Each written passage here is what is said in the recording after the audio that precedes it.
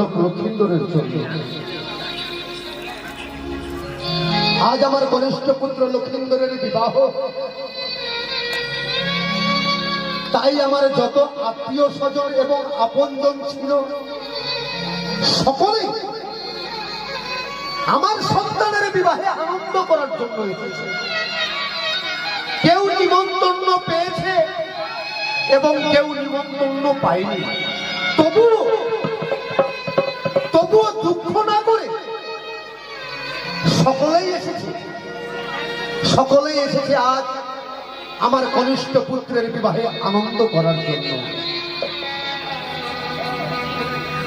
তাই তো থই থই করছে আমার রাজ চম্পলার রাজপ্রাসাদ, আনন্দে ভরে উঠেছে আমার এই চম্পক নগর।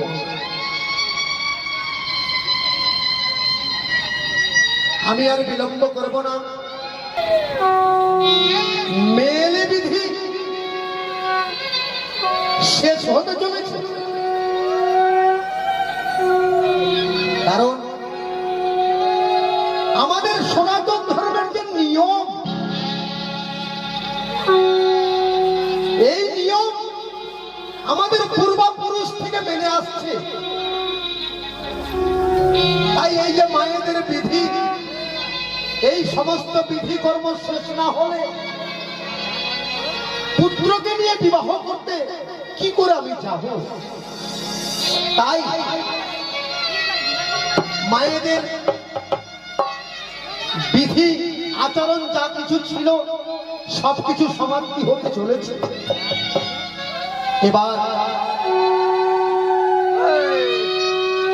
এবার আমি লক্ষিন্দরকে ডেকে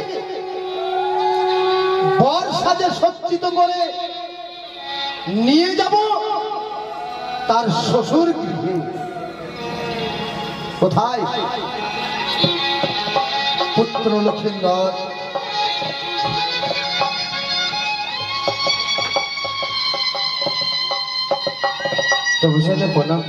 আশীর্বাদ করি লখাই, তুমি যেন আমার এই চম্পক নগরের সকলের মুখে হাসি ফুটাতে পারো। লখলাই, আজ আমি তোমাকে কেন ডেকেছি হয়তো তোমার জানা নেই বাবা। বলো বেটা বলো। দেখেছো লক্ষিন্দর, এই যে আমার আত্মীয় স্বজন থই থই করছে আমার রাজ চম্পলা রাজপ্রাসাদ, কার জন্য বলতে পারবে? আমি মনে করি আজ আমার শুভ দিন, শুভ বিবাহ বলে আমাদের এই রাজপ্রাসাদে যত আত্মীয় স্বজন রয়েছে সবাই যেন আনন্দে ধৈর্য করে নৃত্য করছে। ঠিক বলছিল, যাদের ছেলের বিয়ে বলে কথা, তাই আমার সমস্ত আত্মীয় স্বজন এসে তোমার বিবাহে আনন্দ করবে, যার জন্য সকলে এসেছে দাদা। তবে লখাই, তুমি আমায় ডেকেছো? হ্যাঁ ডেকেছি, কিন্তু কেন পিতা? শোনো লখাই, পরনে তুমি নবধূতি পড়েছ, আরো পড়েছ তোমার নববস্ত্রে পরিধান করিয়ে পরিপূর্ণ করেছে, কিন্তু আরো দুটো জিনিস বাকি আছে। দুটো জিনিস? কিন্তু নববস্ত্রে পরিধান করে আমার চন্দন দিয়ে সাজিয়েছে বড় বেশি, তুমি বলছো আবারও দুটো জিনিস বাকি রয়েছে? এমনকি বাকি রয়েছে সে দেখো তো লখাই, এটা কোন জিনিস বলতে পারবে? এর নাম কি তুমি বলতে পারবে? এটি হচ্ছে সোলার মুকুট। সোলার? হ্যাঁ বিদ্যা, সোলার মুকুট। হ্যাঁ গো, এই সোলার মুকুট আমাদের সনাতন ধর্মের যত মানুষ আছে প্রত্যেকটা মানুষের জীবনে একদিনই আসে।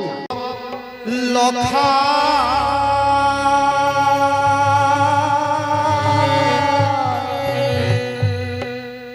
ওই নাম বানিয়ারি তু লালো রে।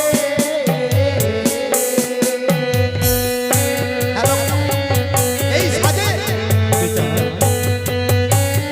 আজ আমায় সোনার মুকুট পরিধান করাবে বলে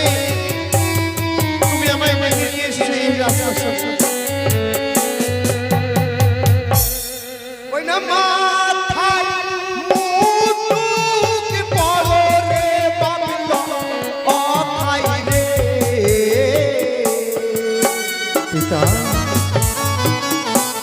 ওই না বানিয়ার লালো রে।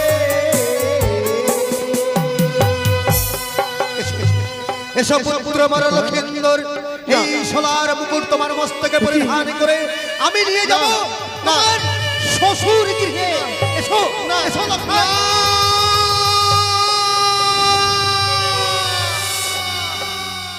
লক্ষাই না পিতা না, তুমি ওই মুকুটখানা আমার মস্তকে পরিধান করে দিও না গো। এই সোলার মুকুট আমি তোমার মস্তকে পরিধান করাবো না।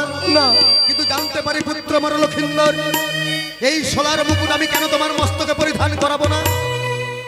আমার মস্তকে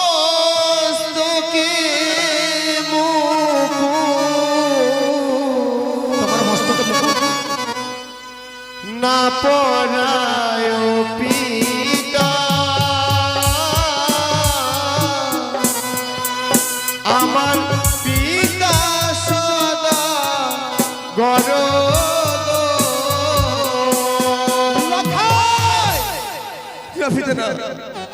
আমি আমি এই সোলার মুকুট তোমার মস্তকে পরিধান করাবো না। না, কিন্তু কেন করাবো না পুত্র? কেন পড়াবে না জানো? বলো বলো পুত্র আমার লক্ষিন্দর। ওই মুকুটের উপরে সর্বের দৃশ্য গো। কি বলবো লক্ষাই, এই মুকুটে সর্ব জনমর মস্তক জ্বলিয়া যাবে গো। লক্ষাই ওই তো পিতা, ওই তো এটা তুমি না বলছো সেই সোলার মুকুট, হ্যাঁ, সোলার মুকুট। সেই সোলার মুকুট এবার রয়েছে আর বিশুদ্ধ নাগিন, সেই নাগিন যেন আমাকে গ্রাস করতে চাইছে। যদি আমি আমি পারবো না, আমি পারবো না। যদি তুমি ওই সোলার মুকুট আমার মস্তকে পরিধান করাও, তাহলে তাহলে হয়তো আমি প্রাণে মারা যাব। না! না লক্ষাই, ও কথা তুমি বলো না লক্ষাই। ও কথা শুনলে যে আমার বড় ভয় হয় লক্ষাই। তুমি তুমি জানো না লক্ষাই, এর আগে আমি এক এক করে 6 পুত্রকে গঙ্গার জলে বিসর্জন করে দিয়েছি। মনে মনে ভেবেছি তুমি যখন নতুন করে আমার ঘরে এলে, ভাবলাম 6 পুত্রের সমান এক পুত্র আমার দুর্লভ লক্ষিন্দর। তোমার যদি কিছু হয়ে যায় লক্ষাই, তাহলে আমার এই চম্পকনগর হয়ে যাবে অন্ধকার। পিতা, তাহলে দোহাই তোমার, আমার সামনে থেকে ওই মুকুটখানা সরিয়ে দাও। আমি যে বড্ড ভয় পাচ্ছি পিতা। ঠিক আছে লক্ষাই, মুকুট দেখে যখন তুমি ভয় পেয়েছো, আমি কেন? এই পৃথিবীতে এমন কোনো বাবা নেই শুভ দিনে সন্তানের অমঙ্গল চাই। তাই আমি চাই না বাবা আজকের দিনে তোমার চোখে জল দেখতে। সোলার মুকুট দেখে যখন তোমার ভয় হয়েছে, এই মুকুট আমি রেখে দিলাম। তবে লক্ষাই পিতা, এই মালা মালা এই মালা তো বাবা তোমাকে পড়তে হবে, কারণ আবার এই মালা শেষ- পরে যদি তুমি না যাও তোমার শ্বশুর ঘরে, তাহলে তুমি আমার নববধূ মাতা বেহুলাকে কি দিয়ে মালা বদল করবে? আবার যার জন্য এই সোলার মালা তোমাকে পড়তে হবে না। বেশ, ওই না মালা পরা, ওরে ও পাপিলা, ও খাই রে।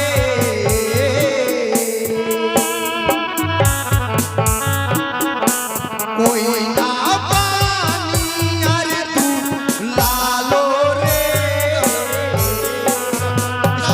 এসো পুত্র আমার লক্ষেন্দর, এই সোলার মালা গলায় পরিধান করে তুমি আমার সঙ্গে যাবে তোমার শ্বশুর ঘর উজানি নগরে। এসো। আমি পারবো না বাবা, কি আমি পারবো না ওই সোলার মালাখানা গলায় পরিধান করতে। এই সোলার মালা তুমি গলায় পরিধান করতে পারবে না? না গো। কিন্তু কি কারণে তুমি পরিধান করতে পারবে না পুত্র? আমার গলা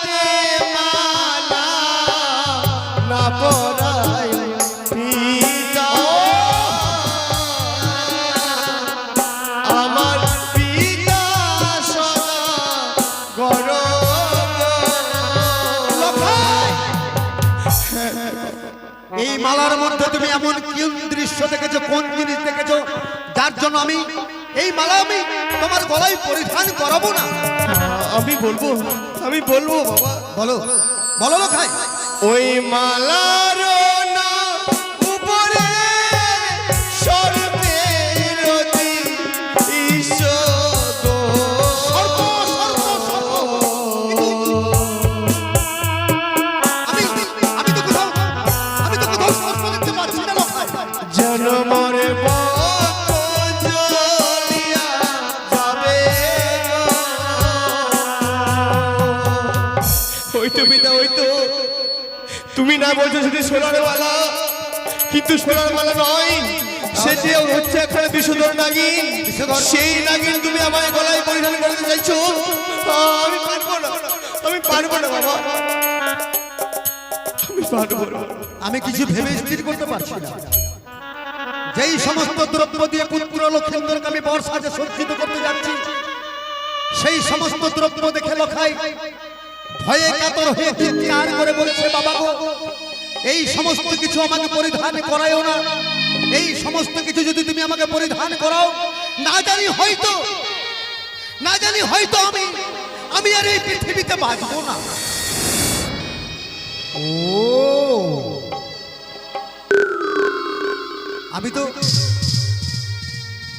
আমি তো ভুলে গেছিলাম। আমি লখাইয়ের বিয়েতে উত্তেজিত হয়ে উন্মাদ হয়ে আমি ভুলে গেছিলাম ওই শয়তানি মনসার কথা। এতক্ষণ আমি বুঝতে পারলাম লখাইকে সর্পের ভয় দেখাচ্ছে একমাত্র আমার চিরশত্রু ওই শয়তানি মনসা। মনে মনে ভেবেছে মনসা, এইভাবে যদি চাঁদ পুত্র সময় মতো বিবাহ করতে যাই উজানি নগরে, লখাইয়ের যদি সময় মতো বিবাহ হয়, তাহলে তো আমি লখাইয়ের কোনো ক্ষতি করতে পারবো না। যার জন্য ওই শয়তানি আড়াল থেকে সর্পের ভয় দেখাচ্ছে আমার পুত্র লক্ষেন্দ্র। ওই কানি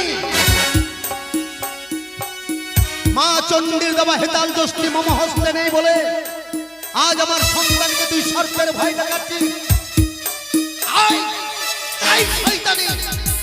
দেখবো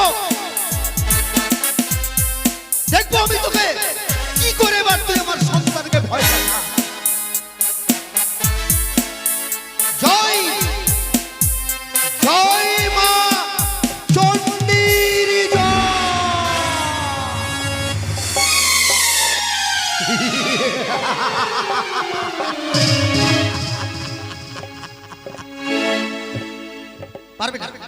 পারবে না ওই বেটি কালী আর আমার সন্তানকে ভয় দেখাতে পারবে না। লক্ষেন্দ্র, এবার চেয়ে দেখো তো বাবা, এই মালা মুকুটের মধ্যে কোথাও কোনো জায়গায় কোনো সর্প দেখতে পাচ্ছ? কি আশ্চর্য! কিছুক্ষণ পূর্বে যেন আমি দেখলাম ওই মালা মুকুটের উপরে রয়েছে সর্প। সেই সর্প যেন আমাকে গ্রাস করতে যাচ্ছে, কিন্তু কিন্তু কিন্তু এখন বর্তমানে আর নেই না। পারবে না। ছিল না মম হস্তে মা চণ্ডীর দেওয়া হেতাল দোষটি বলে ওই শয়তানি মনসা তোমাকে ভয় দেখিয়েছে সর্পের। এবার বলো লখাই, নির্ভয়ে তুমি মালা মুকুট পরিধান করবে? পিতা বলো। আমি জানি তুমি আমার অমঙ্গল চাও না, তাই যদি অমঙ্গল না হয় সেই রূপ তুমি গর্ব করেছো, বেশ এবার তুমি আমার মস্তকে সেই মালা মুকুট পরিধান করিয়ে দাও পিতা।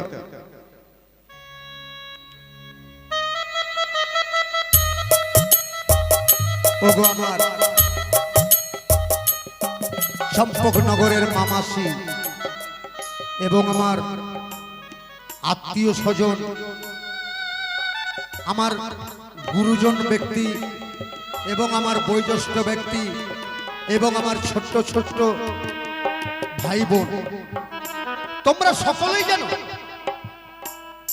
মনসার সঙ্গে আমার বিবাহ। আর ওই মনসার জন্য আমি 1 নয় 2 নয় 3 নয় 4 নয় 5 নয় 6টি পুত্রকে আমি গঙ্গার জলে বিসর্জন করে দিয়েছি, শুধুমাত্র শুধুমাত্র আমার বংশের প্রদীপ শ্রীমান দুর্লভ লক্ষিন্দর। এই লক্ষিন্দরের যদি কিছু হয়ে যায় তাহলে তাহলে আমার সারা চম্পকনগর হয়ে যাবে অন্ধকার। তাই আজকের দিনে আমি সকলের কাছে করজোরে মিনতি করে আমি একটা জিনিস চাইব। কি মায়েরা তোমরা দেবে না? তবে তোমরা ভাবছো হয়তো লক্ষিন্দরের বিবাহ দেবে, চাঁদ তার ছেলের বিবাহ দেবে বলে আমাদের কাছে হয়তো দান দক্ষিণা চাইছে, টাকা পয়সা হীরা মানিক মুক্তা। নামা, আমি সোনাদানা হীরা মানিক মুক্তা কিছু চাই না। চাইছি আমার বংশের শেষ প্রদীপের জন্য তোমরা সকলে মিলে আমি আমার পুত্রকে বর সাজে সজ্জিত করতে যাচ্ছি। তাই তোমরা উলোর ধ্বনি শঙ্খের ধ্বনি দিয়ে আমার সন্তানকে আশীর্বাদ করো। তোমাদের আশীর্বাদ যদি আমার সন্তানের মস্তকে থাকে তাহলে ওই শত্রু মনসা আমার সন্তানের কোনো ক্ষতি করতে পারবে না।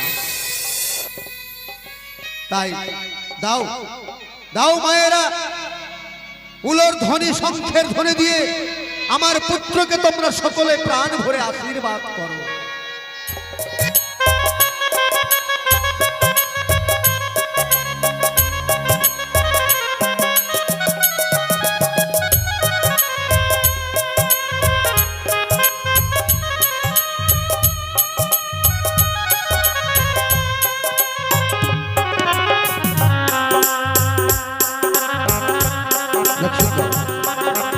পিতা, আজ আমার সঙ্গে সঙ্গে আমার চম্পকনগরের যত কেউ ছিল সকলেই তোমাকে আশীর্বাদ করেছে, আর একজনের আশীর্বাদ বাকি রয়েছে বাবা। পিতা, হ্যাঁ, আরেকজন সেটা কে জানো?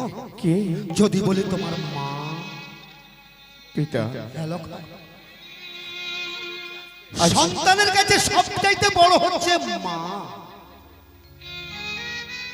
হয়তো হয়তো তোমার মা, আমি তোমাকে বর সাজে সজ্জিত করছি, ঘরের কোণে বসে বসে ডুকরে ডুকরে কাঁদছে। তাই মায়ের চোখের জল যে অমঙ্গল পুত্র, মায়ের চোখের জল যদি পুত্রের উপরে পড়ে তাহলে সেই পুত্রের কি হয় জানো বাবা? বলো। সেই পুত্রের শুভ দিনে অমঙ্গল হয়। আমি শুনেছি আমার গুরুদেবের মুখ থেকে, যদি কোনো শুভযাত্রা করা যায় সেই যাত্রায় যদি পিতামাতার আশীর্বাদ মস্তকে নেওয়া যায় তাহলে এই যাত্রা নাকি শুভ হয়। সত্যি বলেছ পুত্র, তাহলে আর দেরি নয়, অতি সত্বরে ছুটে যাও তোমার মায়ের কাছে।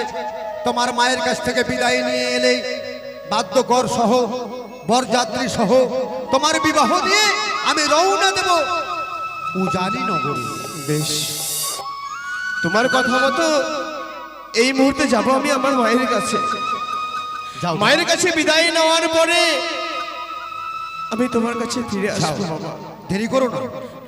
বেশ, তাই হবে পিতা, তাই হবে। এসো বাবা, এসো। লখাই গেলে তার মায়ের কাছে বিদায় দিতে। আমার পদতলের পরম শত্রু মনসা আমাকে বলেছে, চন্দ্রদা, যেই দিন তুমি তোমার কনিষ্ঠ পুত্র লক্ষিন্দরের বিবাহ দেবে সেই দিন বুঝাইব আমি তোমাকে মরবে মরবে।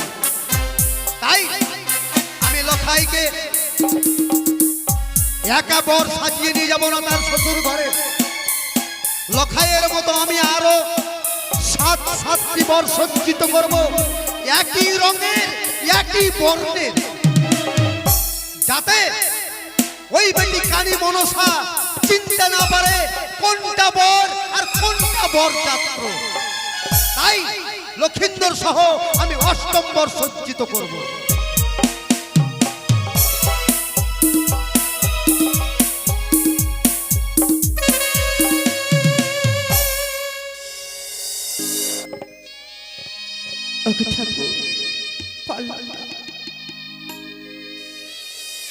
পারলাম না আমার সন্তানকে বড় বেশি সজ্জিত করতে। কেন জানো, কেন যেন বড় বেশ দেখে আমার ভয় হয়, কেন যেন বারবার আমার বিবেক বাধা দেয়, জানি না ঠাকুর। কিন্তু তবে কি লখায় আমার কাছে না এসেছি, বড় বেশি চলে গেছে উজুর। ওগো ঠাকুর, বলে দাও ঠাকুর, আমি কেন পারলাম না আর সন্তানকে পরিবেশে সজ্জিত করতে? আমি কেন পারলাম না ঠাকুর? না না, আমি এইখানে আমি বিশ্রাম করি ঠাকুর, আর পারিনি, আর পারিনি। মাগো, ওগো জননী, ও মা, মা,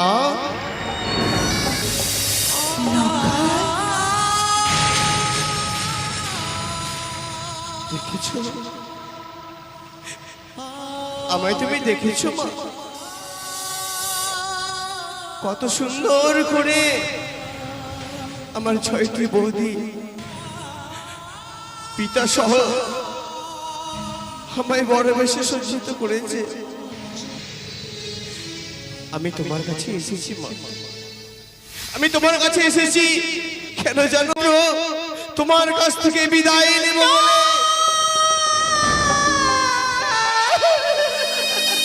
মা, ও জননী,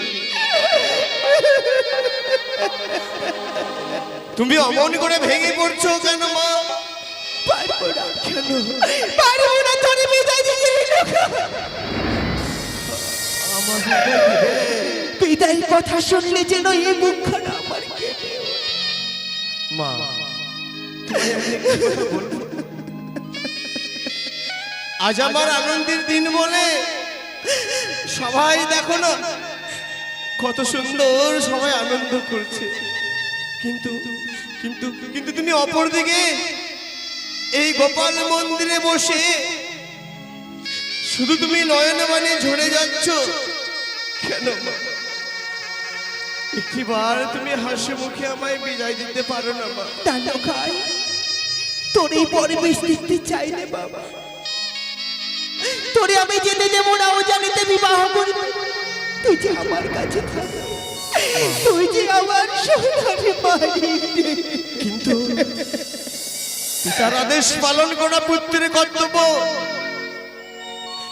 তাই পিতার আদেশ পালন করার জন্য আমি তোমার কাছে এসেছি একটিবার জন্য বিদায় চাইবারে।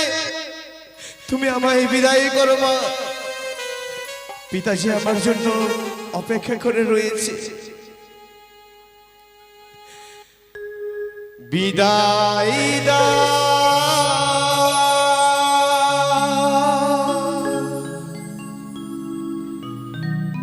তুমি ওগো মা,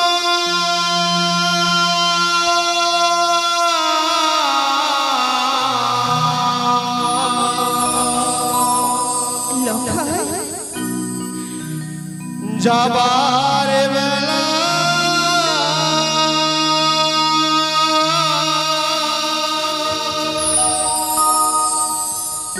পিছনে কোনা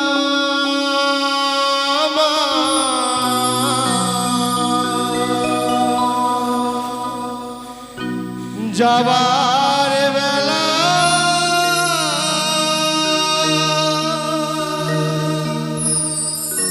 পিছনে কোনা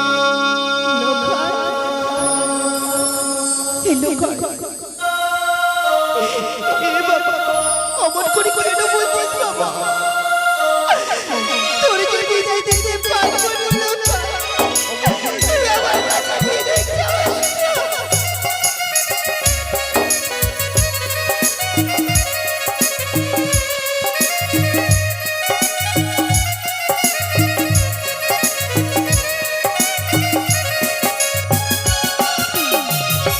বিদায় দাও তুমি ও গো মা, যাবার বেলায় পিছু ডেকো না।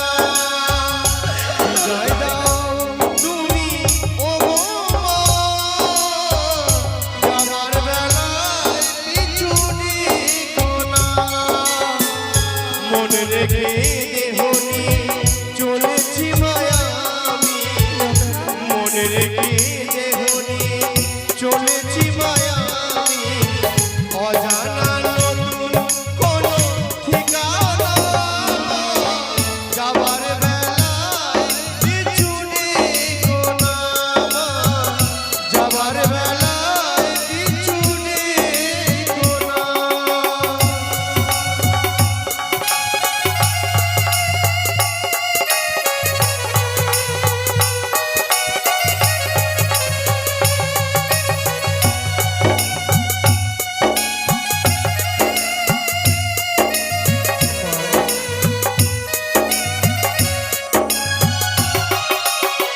প্রণাম জানাই আমি, বিদায় দাও মা তুমি, তোমার আশিস নিয়ে যাব মা আমি।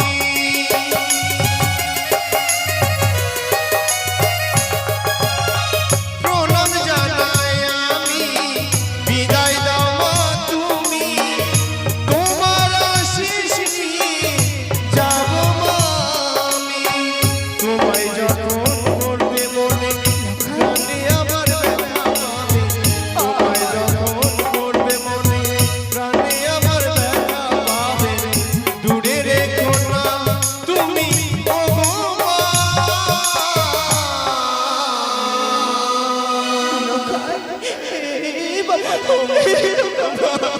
তুমি বিদায় দিতে পারবো না বাবা, যাবার বেলায় পিছু ডেকো না মা, যাবার বেলায় পিছু ডেকো না।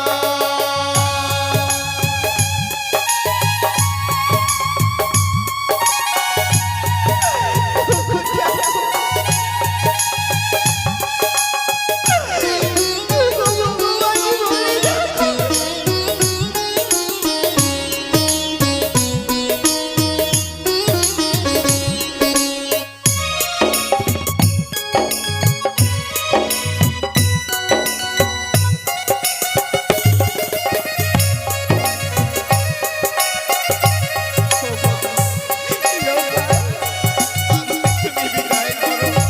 তুই বিদায় চাস রে বাবা, আমি পারবো না।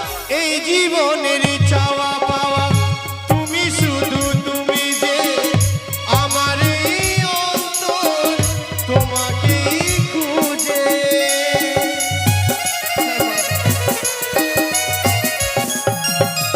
এই জীবনের চাওয়া পাওয়া তুমি, শুধু তুমি যে আমার এই অন্তর তোমাকেই খুঁজে। লখায়ের আশা মনে রয়ে গেল, লখায়ের আশা মনে রয়ে গেল, পূর্ণ তো হলো না গো ও গো মা। যাবার বেলায় পিছু ডেকো না মা, যাবার বেলায় পিছু ডেকো না। মনে রেখে দেহ নিয়ে চলেছি মায়ামি, মনে রেখে দেহ নিয়ে চলেছি মায়ামি। অজানা নতুন কোন ঠিকানা, যাবার বেলায় পিছু ডেকো না মা, যাবার বেলায় পিছু ডেকো না মা, যাবার বেলায় যেও না, পিছু ডেকো না। যেও না, যেও না লখা।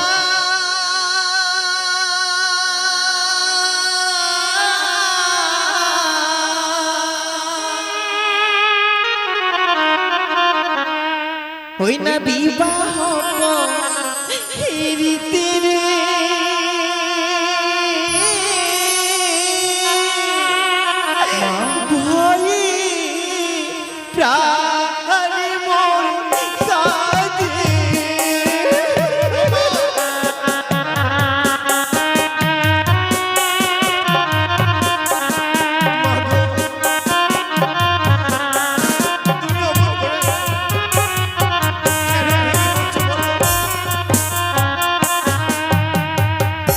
লখাই রে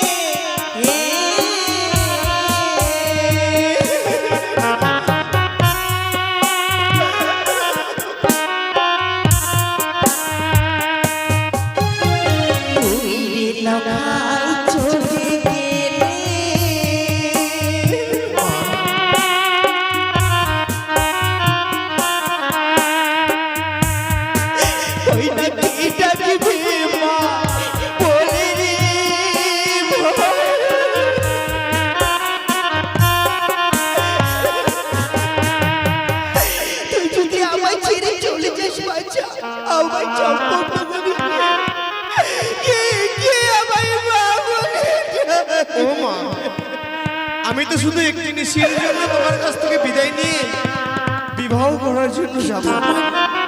আমার বড় ভয় হয় জানিস বাছা ভয়? ওই না তোর যে পিতা সদাগর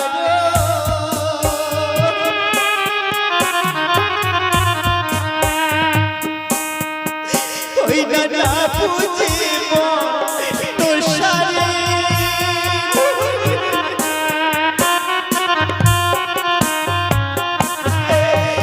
তোর পিতা কোনোদিনের জন্য মনুষ্য হয়নি। তার কারণে আমার একটি পরিচয়টি সন্তান যেন আমায় ছেড়ে চলে গেছে। আমি তোকে হারাতে চাই না, তোকে হারাতে চাই না বাবা, বল না। আমি বুঝতে পেরেছি, আমায় বুঝতে ছেড়ে পেরেছি, যাও না। আমি বুঝতে পেরেছি। তোমাকে আমি যতই বলি না কেন, তুমি আমায় বিদায় দেবে না।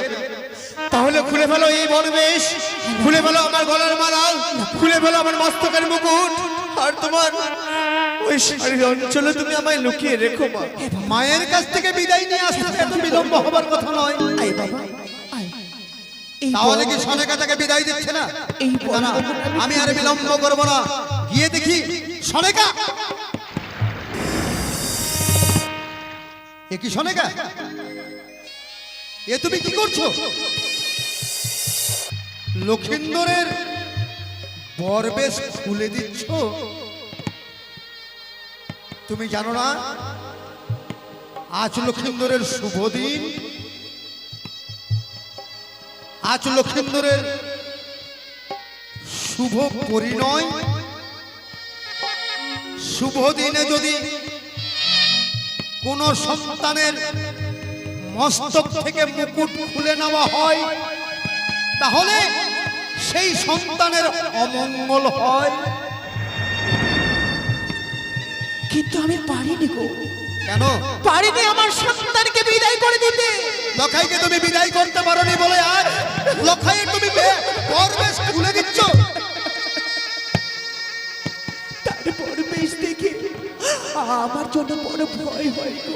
তো হয়তো বা আজকে আমার কাছ থেকে আমার সোনার টুকরো বাড়িতে দূরে রেখো না গো, দূরে। সনেকা,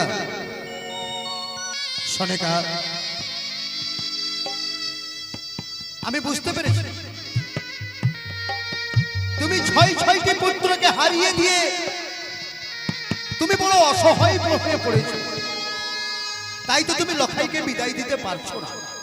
কিন্তু লখাইকে যে তোমাকে বিদায় দিতে হবে সনেকা, কারণ লখাইকে যদি তুমি বিদায় না করে দাও, তাহলে কি হবে? তাহলে কি হবে শুনতে চাইছো? তাহলে শোনো সনেকা, আমি তোমার কথা মতো লক্ষিন্দরের বিবাহ আমি ঠিক করেছি। গতকালকে যার সঙ্গে লখাইয়ের বিবাহ হবে তাকে আমি আশীর্বাদ করে এসেছি। আজ তার শুভ দিন, আজ তার শুভ বিবাহ। আজ যদি লখাই বিবাহ করতে না যায়, মেয়েটার সর্ব অঙ্গে তেল হলুদ পড়েছে, আজ যদি মেয়েটার বিবাহ না হয়, তাহলে মেয়েটা কি হবে জানো? কি হবে গো? মেয়েটা হবে লগ্ন ভ্রষ্টা।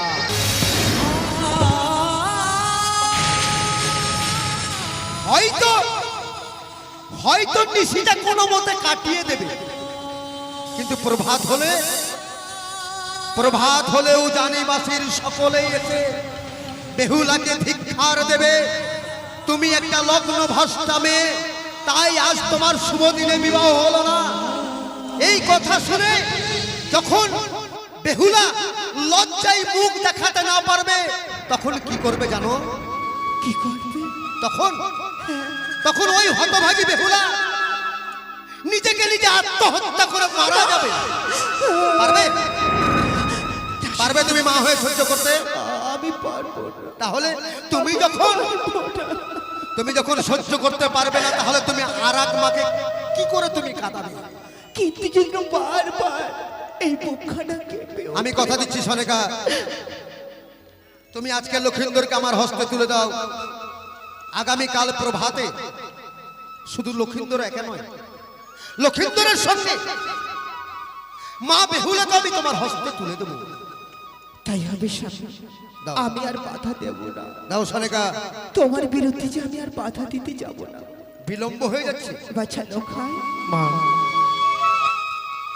এই মায়ের অঞ্চল অতি ছোট বলে তোকে আমি আগলে রাখতে পারলাম। পারলে না তো মা। এই বড় মুকুট ধারণ করবো। আমি তোমায় পূর্বেই বলেছিলাম, পিতা আমার জন্য অপেক্ষা করে বসে রয়েছে, তুমি আমায় বিদায় দাও। লোখায়, মা, লোখায়, আমার মন চায় না আমি তোমায় ছেড়ে যাই। আমারও মন চাই না, কিন্তু আজ তোর তার হস্তে আমি তোকে তুলে দিলাম। ওগো, আমার সোনার টুকরো লোখাইকে তোমার হস্তে তুলে দিলাম। লোখাইয়ের জন্য এই মা অভাব ঠিক করার জন্য, যেন তার অভাব না হয়। কথা দিলাম সনেকা, তুমি আমার লোখাইকে অতি যত্নে রেখো গো। আমি যতক্ষণ বেঁচে আছি লখায়ের আমি বিন্দু পরিমাণে ক্ষতি হতে দেব না। চলো চলো বাবা লখাই, আর আয় দেরি নয়। বাবা, তোর আর বাধা দেব না। চলো। তোরে অনুমতি দিলাম, তুই যা, যাতে বিবাহে যা বাবা। মাগো আমায় ছেড়ে চলে যেও না,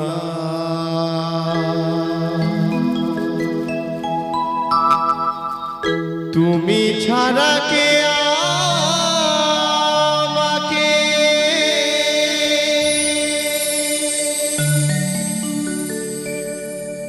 দেবে আদর ভালোবাসা।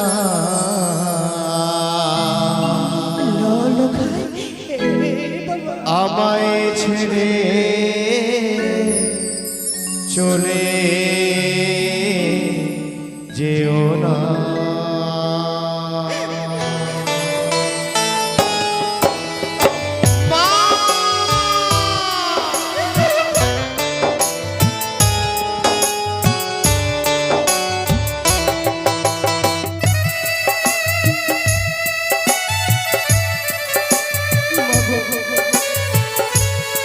অমন করে তুমি আমায় দূরে ফেলে দিও না মা।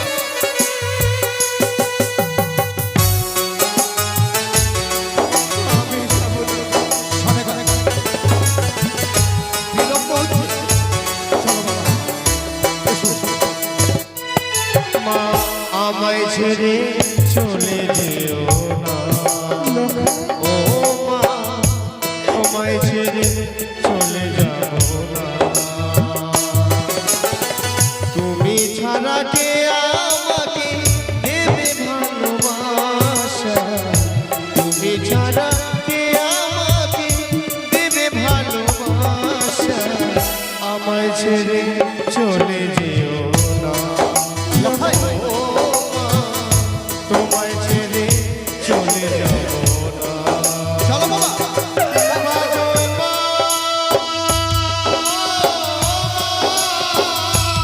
ও মা, ও মা,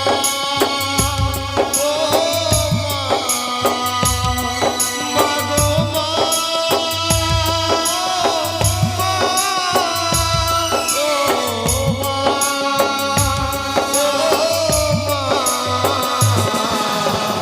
তোমায় ছেড়ে চলে যাব না।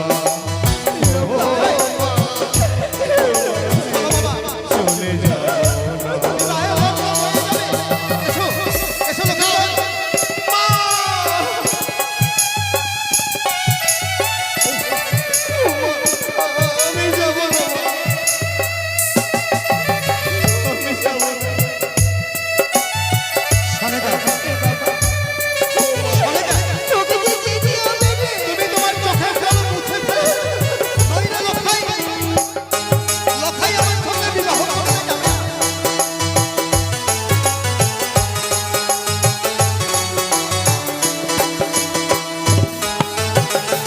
বাড়ি ফেরার দেরি হলে মায়ের ঘুম হতো না, সে থাকতো পথের দিকে, ওই বুঝি এলো খোকা।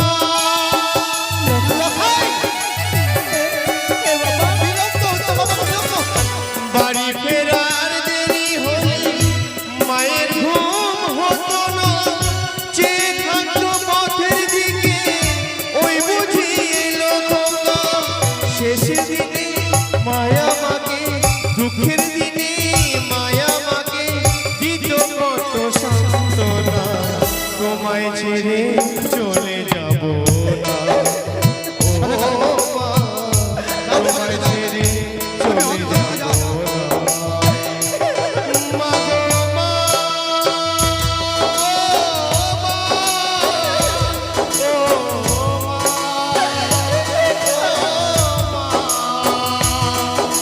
গো মা,